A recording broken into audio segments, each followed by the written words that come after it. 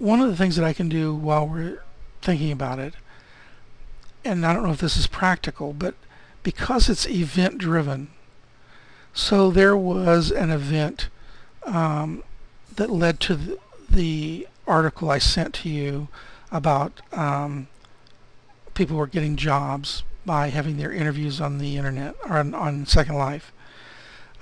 We could go to that. We could go to that job thing and talk to people and shoot a little video and say, why are you doing this, and so forth.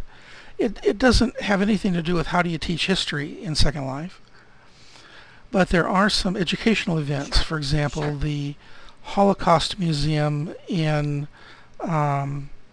Washington, D.C., which I've been to, by the way, put up an exhibit of the night of the crystal, whatever. It's when the Nazis came in and tore down all the stores and broke into all the windows and stuff. And they put up an exhibit in which you walk through that town the night after it's been all busted into and people are cowering in the corner. And that's just part of the exhibit. Very, very powerful, very instructive for education. But it's not up anymore. I mean, it's an event. It's like same thing with President Lincoln. For Lincoln's 100th birthday, they built the White House exactly as it was when he was president. And then they had a whole series of events for weeks and weeks, like they had the Grand Ball, so you could go and dance with Abraham Lincoln. And you could buy war bonds, and you could buy war bonds for the North or the South, whichever one you wanted to do, and then that would go to as a donation to help support the SIM. They built a slave plantation on the property as well, but the librarians from Georgia said, you've got it all wrong. These slave plantations are not right. This is not the way it was. And they said, well, what do we do? And they said, well, erase it all and we'll build it for you. And so their State Library Association worked with the State Library Association of Illinois to build an accurate depiction of what a slave plantation would be like. And these are the kinds of things that, I can't turn these into behavioral objectives. They're just examples of fabulous, amazing things that are happening in Second Life, but you have to go and be there. It's not right, and it'll be gone. I don't think the Land of Lincoln is up anymore. I think it's gone, and new opportunities will come up. So, one of the things I would ask Thor, I will do anything he wants me to do just to get his head into this place. But he really hasn't liked the suggestions, what I thought he ought to do with it. Well, for example, I said, okay, you go to all these conferences and you have a presentation on, or one of your people will make a presentation on whatever it is, Web 2.0. Well, a lot of people can't go to that conference. So why don't you offer to have a session in Second Life, the same performance that they would give if they were there live, and probably the performance they did go there and give, but to have another one on the conference agenda at a certain time, and people who know how to do Second Life and can't go to the conference would there go and see that presentation. Yeah,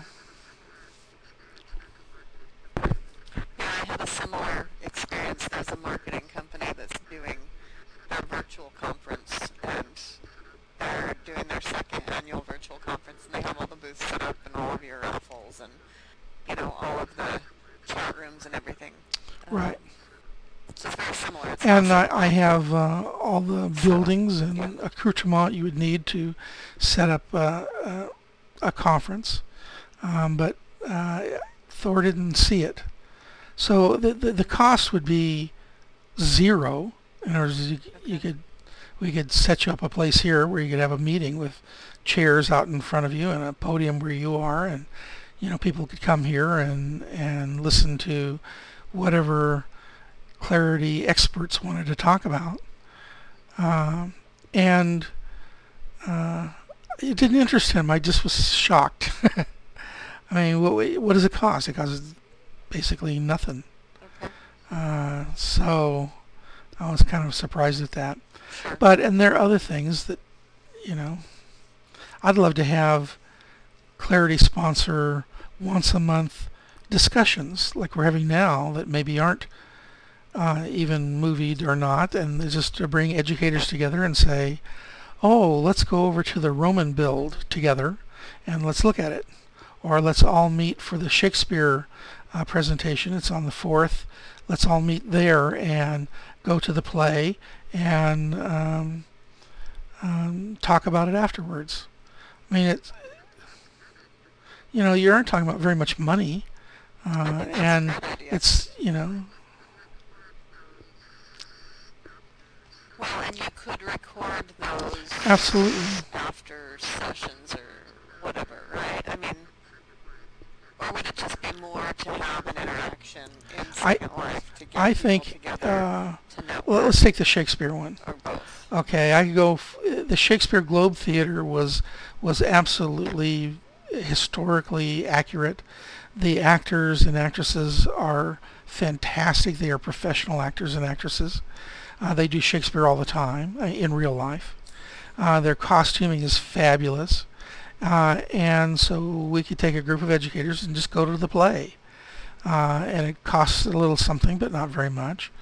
And you can't film that performance. It's against their rules. But you could take their posters and you could film 3 or 4 people talking about what happened. And yeah, the posters in the background instead of the one you got behind your head now. We could have some posters like that. And we could do it and shoot it and put it up on YouTube with a Clarity thing underneath it, and the cost is basically is the cost, whatever your time is. And so I said, Thor, you've got to give me a contact here.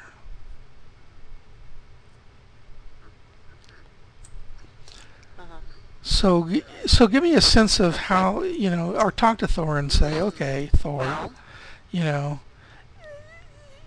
is this a deal where, okay, I gave Tom my 3 or 4 hours, and now I'm on to something else, and that's it? Or is it, well, Tom set up this little thing for going to the Shakespeare thing. Let's contact some educators we know that might be in Second Life who would like to go, and start building a list of people who would like to be in on this group or whatever.